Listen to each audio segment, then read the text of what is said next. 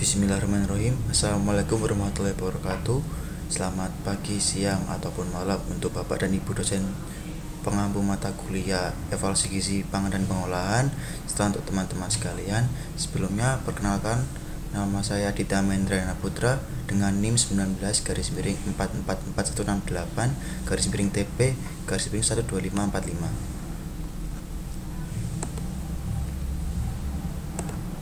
Di sini saya akan mempresentasikan artikel jurnal yang saya ambil dengan judul Effect of Different Cooking Methods on Lipid Content and Fatty Acid Profiles of Mytilus galoprovincialis yang diterbitkan oleh Jurnal Foods volume 10 pada bulan Februari tahun 2021. Secara garis besar terdapat 4 bab atau bahasan yang dibahas dalam jurnal tersebut. Yang pertama adalah latar belakang, yang kedua adalah material dan metode, yang ketiga adalah hasil dan pembahasan, dan yang terakhir adalah kesimpulan. Sekarang kita akan masuk ke subbab atau bahasan yang pertama, yakni latar belakang.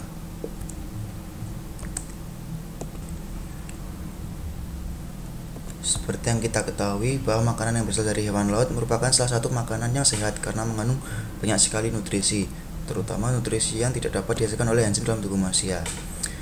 Salah satu contoh nutrisi tersebut adalah EPA dan DHA yang termasuk dalam asam lemak omega 3. Asam lemak omega 3 ini bermanfaat untuk menurunkan risiko penyakit jantung, diabetes tipe 2, kanker, dan penyakit radang, serta membantu perkembangan syaraf pada bayi. Selain itu, hewan laut juga mengandung protein yang tinggi dengan kandungan karbohidrat dan lemak jenuh yang rendah.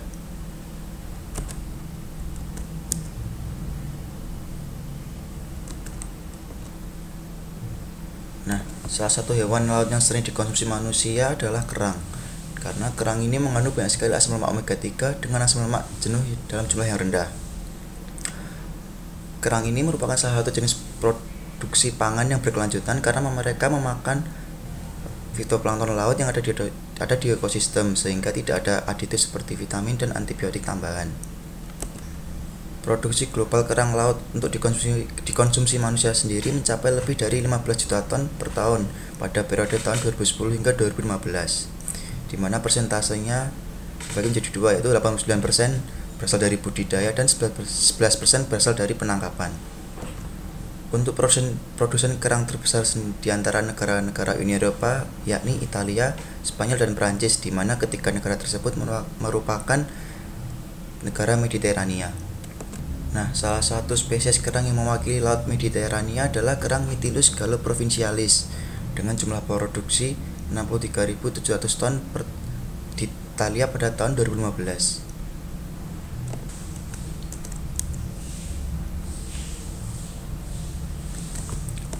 Nah, di Italia, kerang ini dikonsumsi secara mentah dengan jaminan kesegaran dan parameter sanitasi oleh tempat penjualan resmi berdasarkan Peraturan Parlemen dan Dewan Eropa atau ISI nomor 853 tahun 2004. Tetapi, tak jarang juga kerang-kerangan ini diolah terlebih dahulu dengan metode memasak yang berbeda sebelum dikonsumsi. Proses memasak seperti merebus, memanggang, mengoven, dan microwave serta menggoreng dapat menguntungkan dalam banyak hal. Secara positif dapat mempengaruhi warna, rasa, dan aroma makanan, membuatnya lebih menarik bagi konsumen dan menghasilkan bakteri atau mikroorganisme berbahaya lainnya. Proses pemasakan ini pada dasarnya akan mempengaruhi beberapa nilai gizi, terutama penurunan nilai gizinya yang diakibatkan oleh fenomena oksidasi selama proses pemasakan. Tujuan dilakukannya penelitian ini adalah untuk mengetahui perubahan kandungan lipid dan profil asam lemak dari Mytilus galoprovincialis sebelum dan sesudah proses pemasakan dengan berbagai metode. Penelitian ini dilakukan karena belum adanya literatur yang membahas tentang Mytilus galoprovincialis setelah proses pemasakan.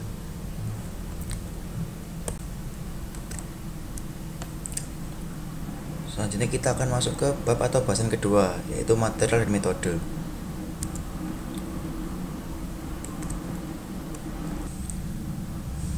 Dalam bab ini pertama yang dibahas adalah asal, persiapan, dan pemrosesan sampel. Dalam penelitian ini, sampel kerang Mytilus galoprovincialis yang digunakan sebanyak 200 buah dengan spesifikasi panjang 4-6 cm dan berat 5-16 gram.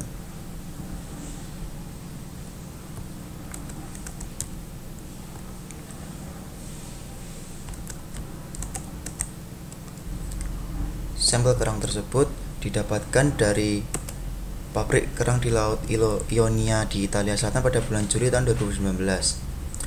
Kerang kemudian diangkut ke laboratorium dengan wadah plastik berisi es. Setibanya di laboratorium, sampel kerang dicuci dengan air bersih untuk menghilangkan epibion.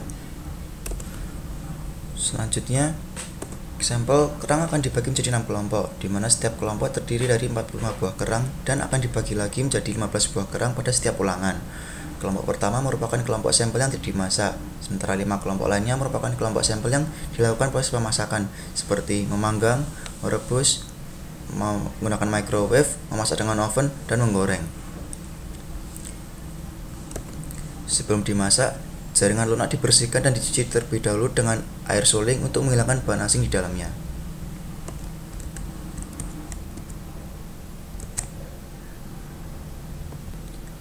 Di sini akan dijelaskan beberapa proses pengolahan untuk kerang yang akan diolah. Proses yang pertama adalah proses barbecue, di mana dilakukan dengan memasak di atas panggangan terbuka dengan suhu 80 derajat selama 5-10 menit.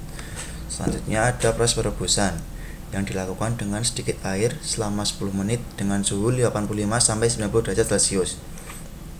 Lalu ada proses pengovenan dengan microwave, dilakukan dengan daya 750 watt dengan suhu 92,5 derajat Celcius selama 4 menit. Lalu ada proses pengovenan dengan oven konvensional, dilakukan dengan suhu 180 derajat Celcius selama 10 menit, di mana kerang akan diposisikan di rak sepertiga bagian bawah oven.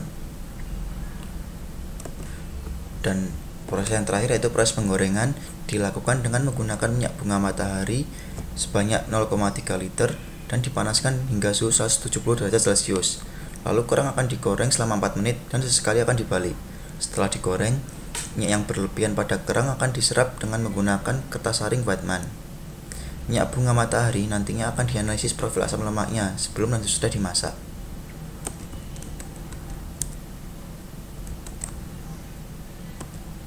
Setelah dimasak, semua sampel kerang yang diolah akan diletakkan di atas tisu penyerap selama 3 menit.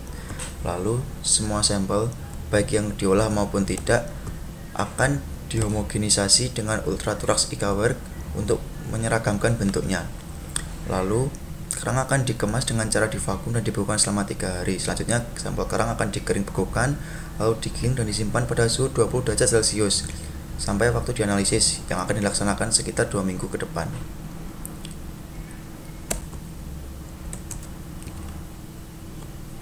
Selanjutnya kita akan masuk ke analisis kelembapan, lipid, dan asam lemak. Yang pertama adalah kelembapan. Di sini persentase kelembapan akan dihitung menggunakan rumus yang sudah tertera, di mana W1 adalah berat sampel 5 gram yang ditimbang sebelum dikeringkan di dalam oven, sementara W2 adalah berat sampel yang sudah dikeringkan dalam oven dengan suhu 105 derajat Celcius selama 1 malam, lalu dikeluarkan dari oven dan didinginkan dalam desikator.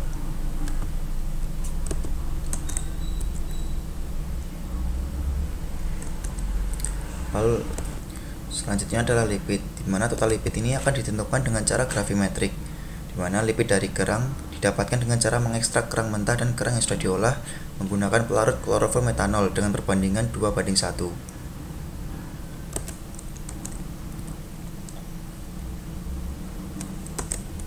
Selanjutnya adalah asam lemak atau FA. Di sini asam lemak dari kerang yang telah diekstrak akan diubah menjadi asam lemak metil ester atau akan disingkat dengan FAME dengan metode transmetilasi langsung dengan menggunakan 14% boron trifluorida dengan metanol.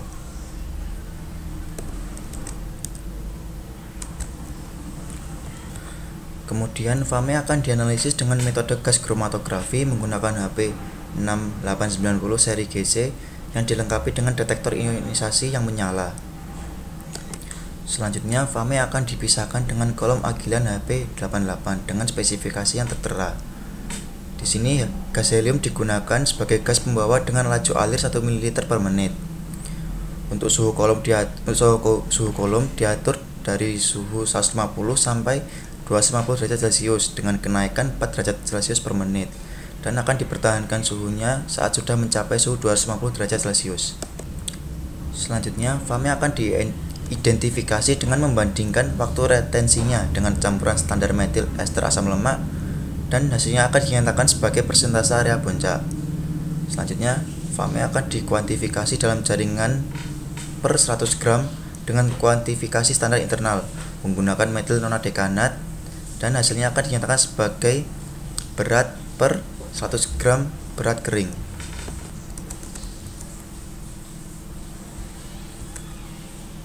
Selanjutnya adalah indeks kualitas gizi lipid.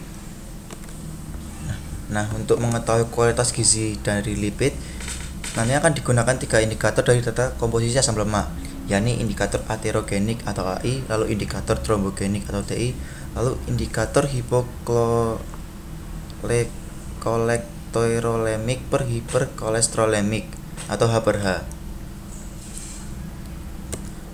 Nah, indikator AI dan TI itu dianggap penting dari sisi konsumen karena dapat memperkirakan kemungkinan terjadinya penyakit jantung koroner.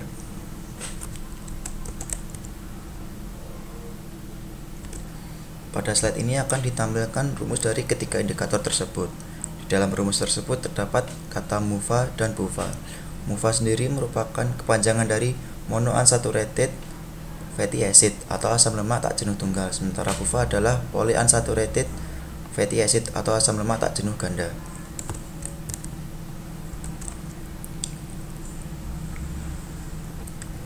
Lalu yang keempat adalah analisis statistik, di mana hasil yang diperoleh akan dinyatakan sebagai rata-rata dari 3 ulangan plus minus standar deviasi. Data dianalisis normalitas dan variasi homogenitasnya masing-masing dengan uji Kolmogorov, Smirnov, dan uji Levin. Sementara itu, analisis variasi satu arah atau ANOVA akan dilakukan untuk mengetahui perbedaan nutrisi antara sampel mentah dengan sampel yang sudah diolah. Selanjutnya, uji Tukey post hoc dilakukan untuk mengetahui perbedaan yang signifikan antara rata-rata tiap metode, di mana perbedaan dianggap signifikan apabila P kurang dari 0,05.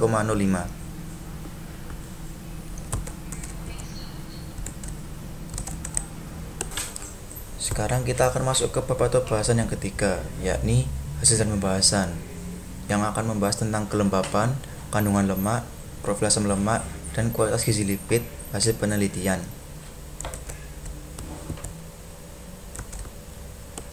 Pada slide ini ditampilkan persentase kelembapan pada sampel kerang mentah maupun kerang yang sudah diolah. Dari diagram tersebut dapat dilihat bahwa awalnya sampel kerang mentah memiliki kadar air yang tinggi dan kadar lemak yang rendah. Tapi ketika kerang diolah dengan berbagai metode tersebut, terjadi penurunan kadar air yang signifikan. Dengan penurunan kadar air dari yang paling besar, yakni sampel yang digoreng, di situ dapat dilihat bahwa sampel yang digoreng memiliki persentase kelembapan yang paling rendah, lalu diikuti dengan sampel yang di oven dengan oven konvensional, lalu diikuti dengan sampel yang direbus. Nah, di sini nilai persentase kelembapan sampel yang direbus sama besarnya dengan sampel yang dipanggang maupun yang di microwave. Nah, dari kelima metode tersebut, nilai persentase kelembapan bergantung pada suhu yang dicapai. Penurunan kadar air ini nantinya akan mempengaruhi peningkatan protein, lemak, dan abu dalam sampel, di mana kandungan lipid pada sampel kerang yang diolah akan terjadi peningkatan yang signifikan, baik tiap berat kering maupun berat basah. Kecuali pada sampel kerang yang di microwave akan terjadi penurunan kandungan lipid pada tiap berat keringnya. Untuk diagramnya akan ditampilkan pada slide berikutnya.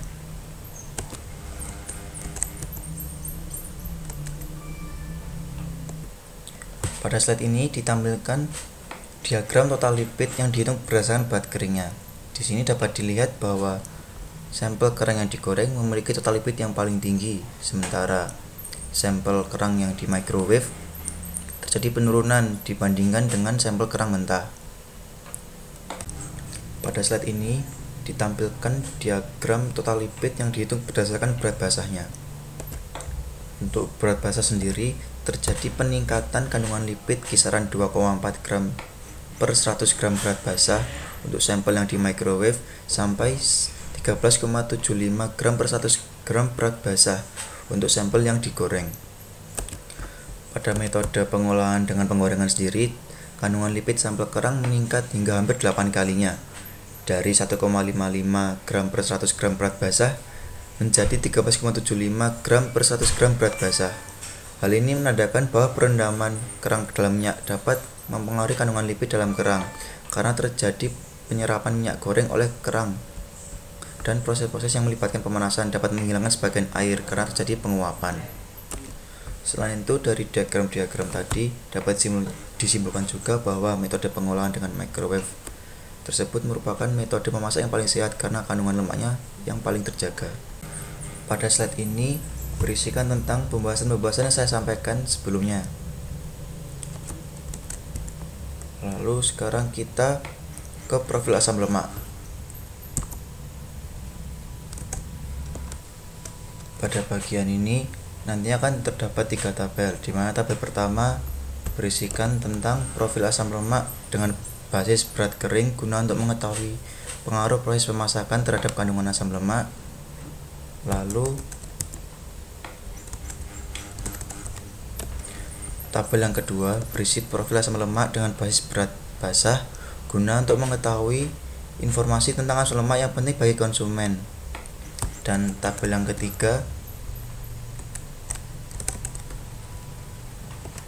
berisikan persentase asam lemak per total asam lemak guna membandingkan antara hasil penelitian dengan penelitian nasional maupun internasional serta memperkirakan dari nilai gizi kerang.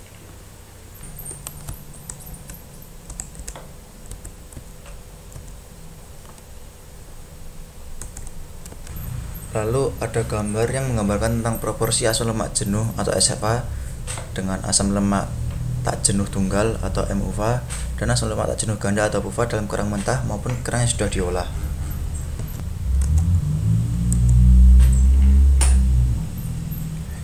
Selanjutnya pada gambar ini, pada gambar yang A merupakan rasio N3 atau omega 3 per omega 6, lalu pada diagram yang B merupakan rasio dari PUFA per SFA.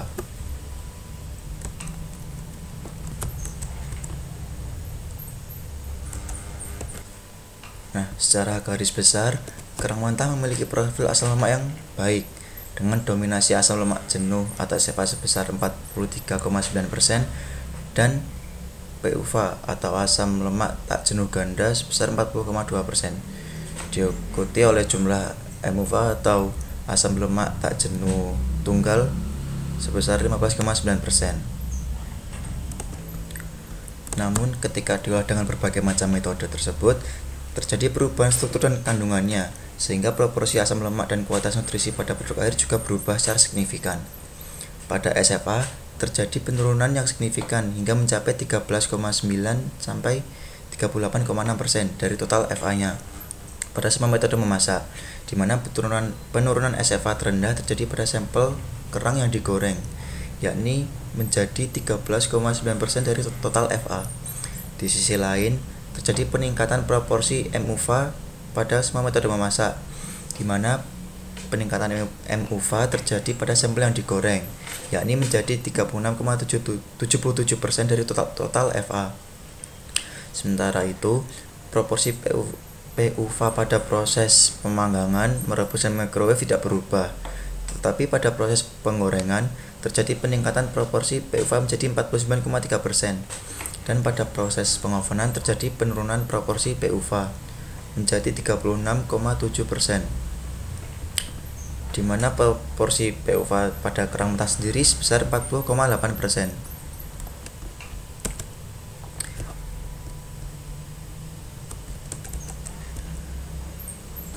Selanjutnya kita akan membahas tentang dampak konsumsi SFA dan MUFA.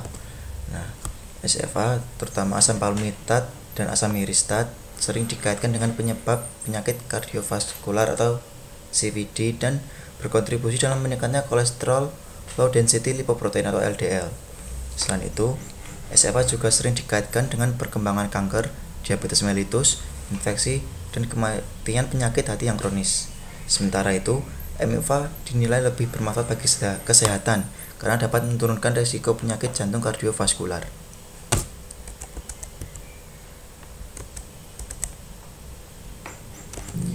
Selanjutnya tentang asam lemak pada kerang mentah. Pada kerang mentah banyak ditemukan asam lemak seperti asam palmitat sebesar 28,2%, lalu EPA sebesar 12,9%, lalu DHA sebesar 11,1%, asam palmitoleat sebesar 8,5% dan asam miristat sebesar 8,25%.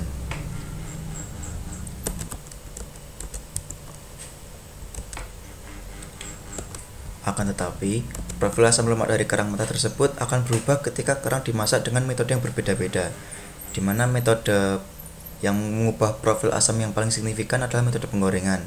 Sedangkan pada metode pemasakan yang tersisa, jika dibandingkan dengan sampel mentah, peningkatan paling signifikan terjadi pada asam palmitoleat, asam eicosanoat, asam linoleat, dan asam arachidonat.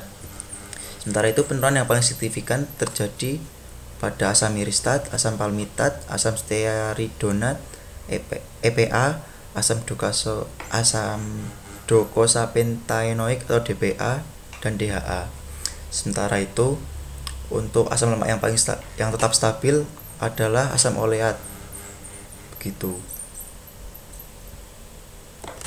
Nah, penggorengan sendiri dikatakan sebagai metode yang dapat merubah profil asam lemak dari kerang mentah yang paling signifikan dibanding metode lainnya, karena dari hasil yang diperoleh dapat dilihat bahwa terjadi penurunan kuat pada asam miristat dari 8,2% jadi 1,4%, lalu asam palmitat dari 28,2% jadi 10,9%, lalu asam palmitoleat dari 8,46% jadi 3,13%, lalu ARA dari 3,2% jadi 1%, EPA dari 12,9% jadi 2,4%, lalu DPA dari 1,47% hingga menjadi 0,17%, dan DHA dari 11,1% jadi 2,16%. Sementara itu, terjadi peningkatan pada asam oleat dari 4,5% menjadi 29%, dan asam linoleat dari 1,77% menjadi 41,57%. Nah, peningkatan asam oleat dan asam linoleat pada kerang goreng dapat terjadi karena asam lemak yang dominan pada minyak bunga matahari adalah asam oleat dan asam linoleat, di mana kedua asam tersebut akan berpindah dari minyak bunga matahari ke dalam daging kerang pada saat proses penggorengan. Selanjutnya tentang kandungan omega 3 dan omega 6 pada kerang Mytilus galoprovincialis. Kerang Mytilus galoprovincialis ini dikenal sebagai sumber omega 3 yang baik dengan kandungan omega 6 yang rendah. Dari data hasil penelitian menunjukkan bahwa semua sampel kerang baik yang masih mentah maupun yang sudah diolah memiliki kandungan omega 3 yang lebih tinggi dibandingkan dengan kandungan omega 6, kecuali pada sampel kerang goreng. Meskipun begitu, jika dilihat berdasarkan berat kering, kandungan omega 3 secara keseluruhan baik EPA maupun DHA menurun pada semua sampel kerang yang sudah diolah dengan berbagai metode jika dibandingkan dengan sampel kerang mentah.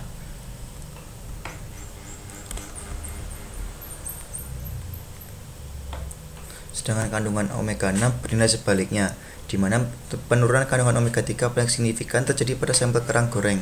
Sementara itu, jika dilihat berdasarkan berat basahnya, secara signifikan kandungan omega 3 pada sampel kerang mentah lebih rendah dibandingkan dengan sampel kerang yang sudah matang, karena memiliki kadar air yang lebih tinggi.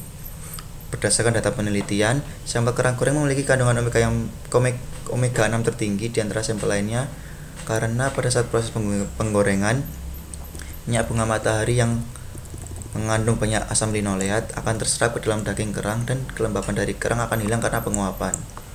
Oleh karena itu, minyak yang kaya omega 6 harus dihindari dalam proses penggorengan karena kualitas makanan yang digoreng juga tergantung pada kualitas minyak goreng yang digunakan.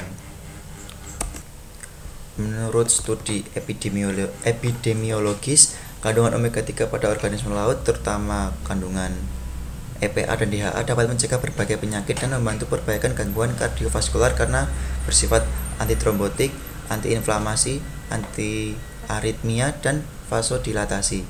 Selain itu, EPA dan DHA disinyalir dapat mencegah penurunan kognisi baik terkait usia dan dari kanker, dalam mengurangi hipertensi ringan, dan dalam menurunkan kejadian diabetes, serta dalam fotoresepsi atau penglihatan. Selain itu juga dapat dalam perkembangan saraf janin dan perkembangan kognitif. EPA dan DHA ini dikenal paling sensitif terhadap oksidasi karena tingkat ketidakjenuhannya yang lebih tinggi yang menjadikannya asam lemak paling tidak stabil.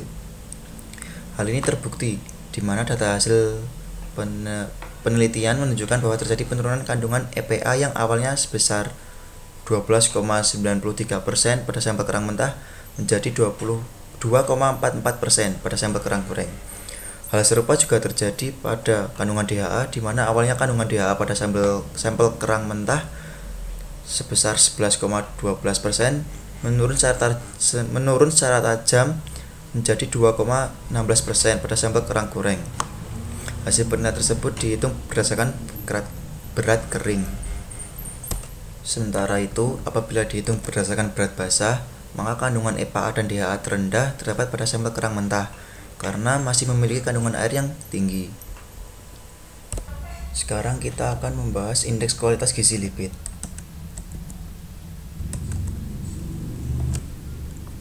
Pada slide ini disajikan tabel yang menunjukkan indeks kualitas gizi lipid dari kerang Mytilus galon provincialis yang masih mentah maupun yang sudah matang.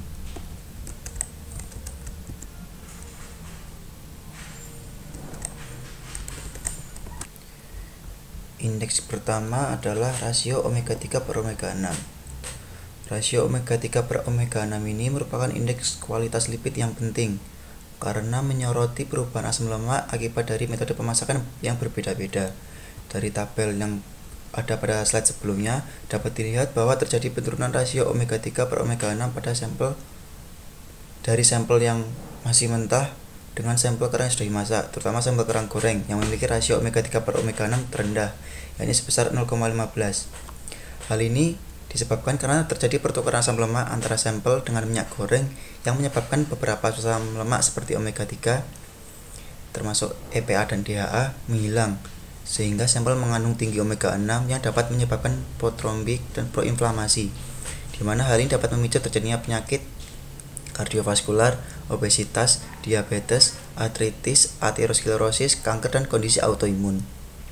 Sementara itu, untuk sampel kerang yang dipanggang, direbus, di microwave, dan dimasak dengan oven konvensional menunjukkan sedikit variasi di antara sampel-sampel di antara rasionya, yakni kisaran 3,23 sampai 3,84. FAO dan WHO sendiri merekomendasikan untuk rasio omega 3 per omega 6 ini minimal sebesar 1:8 atau 2:5. Nah, jika mengacu pada hal tersebut, semua sampel kerang sudah melebihi dari yang disarankan oleh WHO, sehingga kerang aman untuk dikonsumsi, kecuali sampel kerang goreng.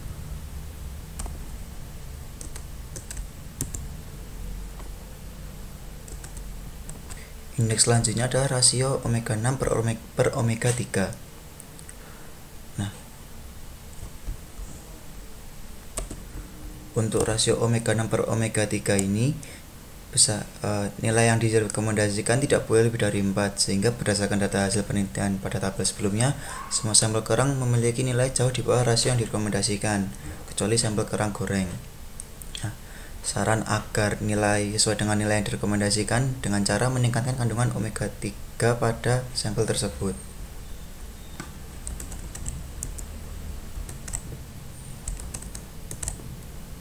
Selanjutnya ada rasio ARA per EPA. Nah, untuk rasio ini, beberapa peneliti menganggap rasio ini lebih baik dalam menggambarkan indeks kualitas gizi lipid daripada rasio omega 3 per omega 6. Karena apabila terjadi peningkatan rasio ARA per EPA, dapat dipastikan nilai gizi produk akan berkurang. Nah, semua metode memasak yang diselidiki dalam penelitian ini memiliki pengaruh yang sangat signifikan terhadap indeks ini, di mana pada sampel mentah yang awalnya indeksnya 0,25 mencapai nilai tertinggi pada sampel panggang, yakni sekitar 0,46.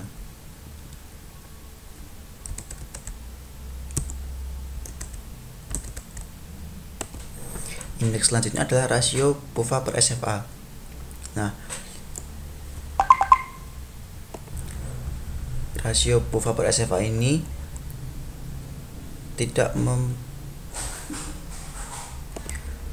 untuk rasio PUFA per SFA ini dalam penggunaannya indikatornya harus dipertimbangkan secara hati-hati karena tidak memperhitungkan efek metabolik penting MUFA dan beberapa SFA seperti asam stearat tidak meningkatkan kolesterol plasma. Oleh karena itu, dalam penelitian ini, MUFA ditambahkan dan asam stearat dikeluarkan dari fraksi jenuh. Data hasil penelitian menunjukkan bahwa rasio PUFA per SFA yang meningkat secara signifikan terjadi pada sampel kerang goreng, yakni 3,56 yang disebabkan karena tingginya kandungan lemak yang disebabkan oleh omega 6 yang berasal dari minyak bunga matahari masuk ke dalam jaringan kerang pada saat penggorengan. Sementara pada metode memasak yang lain, rasio PUFA per SFA tidak terjadi perubahan yang signifikan, yakni sekitar 0,92. Nah, menurut Departemen Kesehatan setempat, rasio PUFA per SFA ini tidak boleh kurang dari 0,45 dan apabila kurang dari nilai tersebut dapat membawa dampak buruk bagi kesehatan manusia.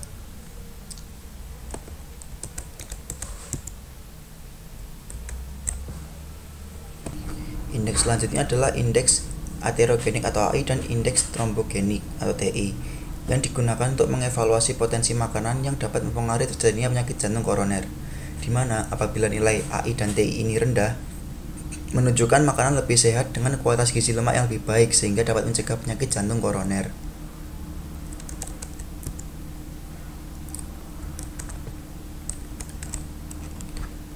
Nilai AI pada sampel kerang mentah sendiri sebesar 1,09, namun terjadi penurunan yang signifikan pada sampel kerang yang dimasak, terutama yang paling rendah adalah sampel kerang goreng, yakni sebesar 0,19. Nilai AI yang tinggi pada sampel kerang mentah disebabkan oleh kandungan SFA yang tinggi dan rendah omega 6. Sebab nilai AI ini merupakan rasio antara beberapa SFA dengan MUFA dan PUFA, yakni omega 3 dan omega 6.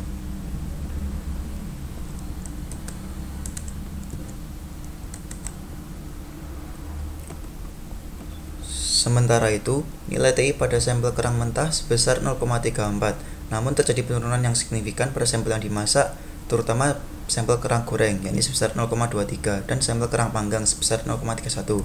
Sedangkan pada sampel kerang rebus, kerang microwave, dan kerang oven tidak terjadi perubahan yang signifikan, yakni sekitar 0,34. Nilai TI sendiri ditentukan berdasarkan rasio omega 3 per omega 6, di mana semakin tinggi kandungan omega 3 maka semakin tinggi rasio omega 3 per omega 6 dan mengakibatkan nilai TI yang semakin rendah.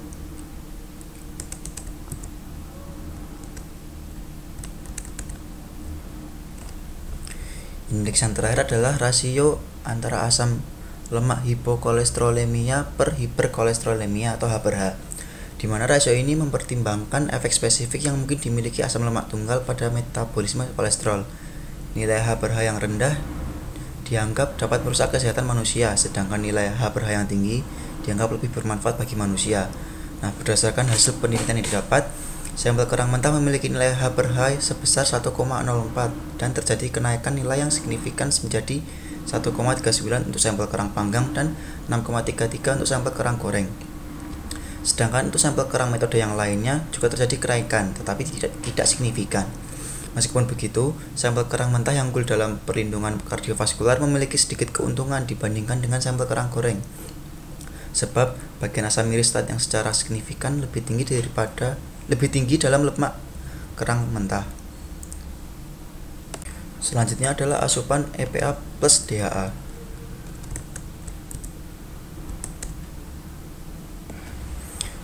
Jumlah EPA plus DHA menjadi salah satu indeks kualitas gizi lipid yang paling penting, di mana EPA plus dan DHA berperan penting bagi tubuh manusia. Berdasarkan data hasil penelitian, nilai terendah diamati pada sampel kerang goreng. Bila dinyatakan dalam berat kering, itu sekitar 732,991 mg per 100 gram berat kering, atau sekitar 4,6% dari total FA. Untuk mengetahui nilai tersebut dapat dilihat pada tabel 3 pada slide-slide sebelumnya. Nah, beberapa badan organisasi di berbagai negara merekomendasikan asupan EPA plus DHA per hari.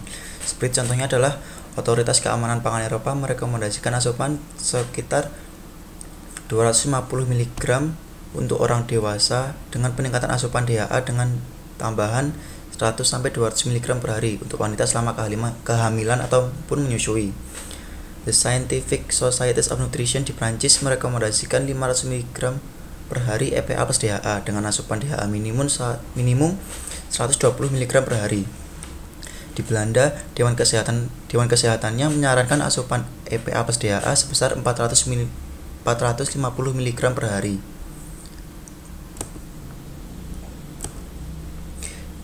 Sementara itu, Dewan Kesehatan Superior Belgia menunjukkan jumlah sekitar 667 mg per hari.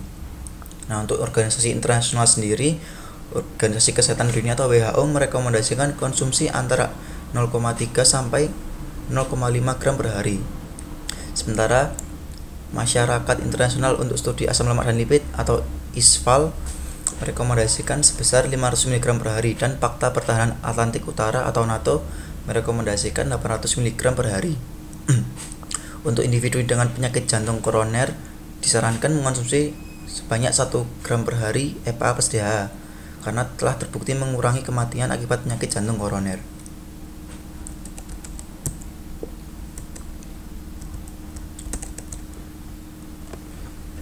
Dalam slide ini ditampilkan tabel yang berisikan kandungan EPA plus DHA dalam sampel kerang mentah maupun kerang yang sudah diolah, di mana nilai tersebut berdasarkan berat basah untuk memperkirakan jumlah setiap kerang yang dimasak untuk dikonsumsi oleh seorang individu untuk mendapatkan asupan harian dari dua pufak esensial sekitar 200-500 per hari. Dari tabel tersebut dapat diketahui bahwa sampel kerang mentah memiliki kandungan EPA plus DHA yang paling rendah, disusul dengan sampel kerang microwave, lalu sampel kerang panggang, sampel kerang rebus, dan sampel kerang goreng, dan yang paling tinggi adalah sampel kerang yang di oven. Kandungan EPA plus DHA tersebut dihitung berdasarkan berat basahnya.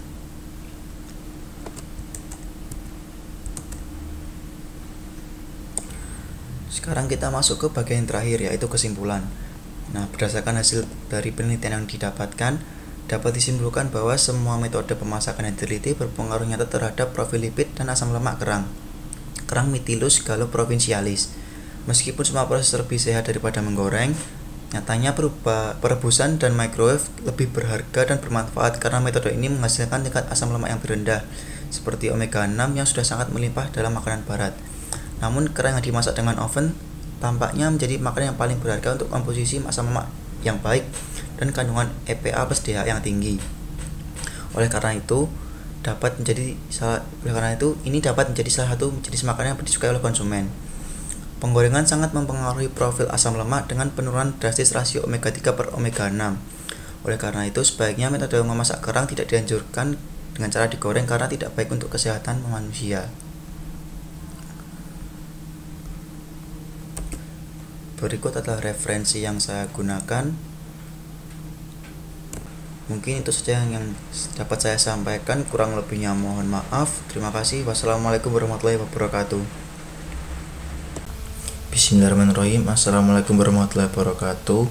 Selamat pagi, siang, ataupun malam untuk Bapak dan Ibu dosen pengampu mata kuliah evaluasi gizi pangan dan pengolahan serta teman-teman sekalian. Nah, di sini saya akan menjawab beberapa pertanyaan yang diberikan oleh teman-teman yang sudah melihat video sebelumnya. Nah, di sini saya mendapatkan kurang lebih 4 pertanyaan dari 2 orang berbeda. Sekarang kita akan masuk ke pertanyaan yang pertama.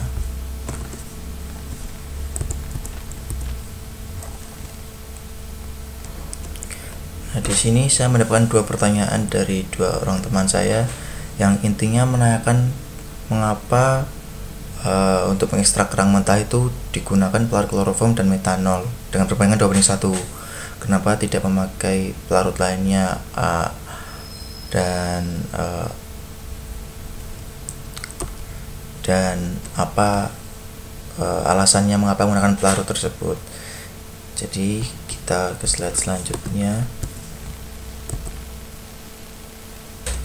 Nah, alasan penggunaan pelarut kloroform dan metanol ini dikarenakan yang seperti kita ketahui, minyak ataupun lipid yang terkandung dalam kerang ini merupakan senyawa organik yang bersifat nonpolar. Nah, oleh karena itu, untuk mengekstrasinya dari daging kerang tersebut, pelarut yang digunakan juga harus pelarut organik yang bersifat nonpolar.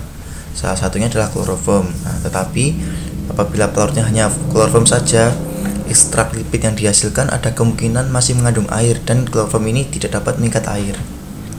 Oleh karena itu ditambahkan metanol ini karena metanol ini bersifat polar. Nah, dimana dapat mengikat air dalam ekstrak lipid.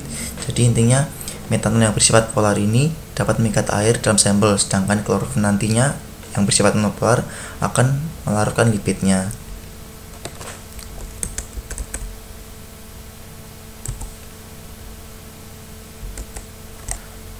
Selanjutnya adalah alasan mengapa menggunakan perbandingan 2:1, di mana klorofil yang digunakan lebih banyak. Nah, alasan perbandingan 2:1 ini karena semakin banyak pelarut non-polar yang ditambahkan, maka los permukaan kontak antara molekul-molekul solut dan solvent makin besar pula, sehingga molekul-molekul solut menjadi lebih mudah larut dalam solvent. Selanjutnya juga ada beberapa alasan atau keuntungan mengapa penelitian ini menggunakan campuran pelarut tersebut.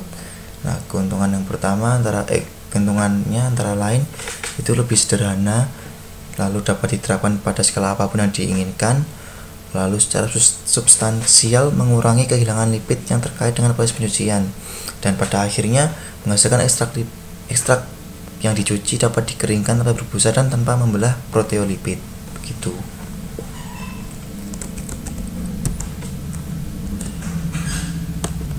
Pertanyaan selanjutnya adalah, pada slide perubahan asam lemak saat dimasak selain digoreng, pada kandungan asam uleatnya stabil, sedangkan untuk asam lemak yang lain ada yang mengalami peningkatan ataupun penurunan. Nah, apa yang menyebabkan asam uleat tersebut tetap stabil walau sudah diberi perlakuan pemasakan?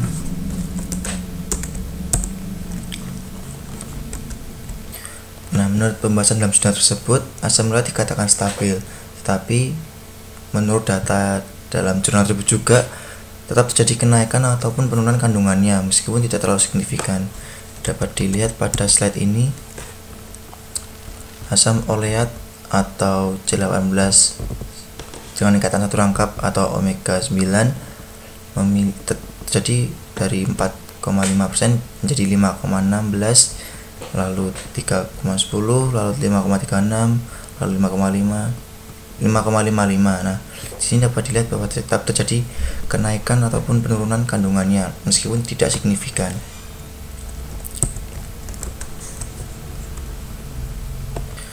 Lalu dalam beberapa jurnal yang saya temui itu tidak dijelaskan mengapa asam uleat stabil dalam berbagai proses pemasakan. Nah, menurut asumsi saya pribadi, mengapa asam uleat perubahannya tidak signifikan, karena meskipun kandungan asam uleat berkurang akibat proses pemanasan, akan tetapi kandungan asam lemak dengan jumlah karbon yang sama dengan ikatan rangkap yang lebih banyak akan terputus ikatan rangkapnya, di mana salah satunya akan tetap jadi asam uleat, sehingga jumlah kandungan asam uleat dapat dikatakan perubahannya tidak signifikan, baik itu pun meningkat ataupun menurun. Selain itu, asam uleat tidak terkonsentrasi pada fraksi trigliserida yang bersifat nonpolar, sehingga terpengaruh oleh pemanasan dan menyebabkan kandungannya tidak terus meningkat, sehingga dapat dilihat pada data ini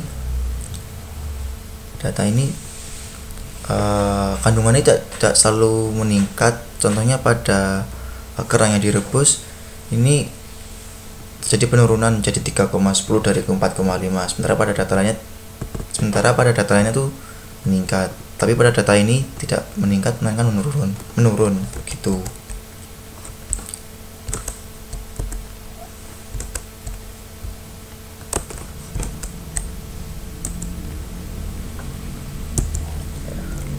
Lanjut ke pertanyaan selanjutnya, pada metode yang digunakan khususnya penggorengan digunakan minyak bunga matahari. Nah, mengapa digunakan minyak bunga matahari dan tidak digunakan minyak biasa, dan apa saja keunggulan minyak bunga matahari tersebut dibandingkan minyak biasa?